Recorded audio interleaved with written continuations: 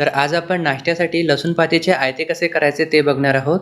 आजपासून सिरीज सुरू करतो ज्यामध्ये 30 दिवसांसाठी 30 महाराष्ट्रीयन न्याहारीचे पदार्थ बघणार आहोत. सकाळच्या घाईगडबडीत पटकन होईल असे हे पदार्थ आहेत. त्यासाठी लसणाची पात घेतलेली आहे. लसणाची पात स्वच्छ धुवून घ्यायची आणि हातानेच तोडून घेतलेली आहे. आवडीनुसार हिरव्या मिरच्या आणि थोडीशी कोथिंबीर आहे. 1 वाटी तांदूळ 3 ते 4 वेळा स्वच्छ धुवून रात्री भिजत ठेवलेले होते. दुपारी करायचे असेल तर 4 ते 5 तास भिजत ठेवू शकता. तांदळातील पाणी निथळून घ्यायचं आणि हे निथळलेले तांदूळ मिक्सरच्या वेट ग्राइंडरमध्ये घ्यायचे आहेत.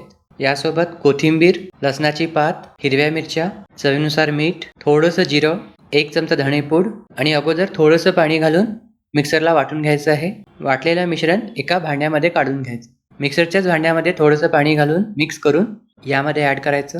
पातळ कन्सिस्टन्सी ठेवायची आहे, फार पातळ नाही. हे आयते करण्याकरिता नॉनस्टिकचा किंवा मग डोशाचा तवा वापरू शकता. तवा चांगल्यापैकी गरम करून घ्यायचा. त्यावर तेल पसरवून गरम असतानाच पळीने आयता जो आहे तो सोडून घ्यायचा. लो टू मिडियम फ्लेमवर भाजून घ्यायचं आहे. वरून तेल घालायचं आणि खालची बाजू सुटतपर्यंत भाजून घ्यायचं. पलटी करून आणखीन दुसरी साईड भाजून घ्यायची. लसणाचा जो पाला आहे तो हिवाळ्यात मिळतो.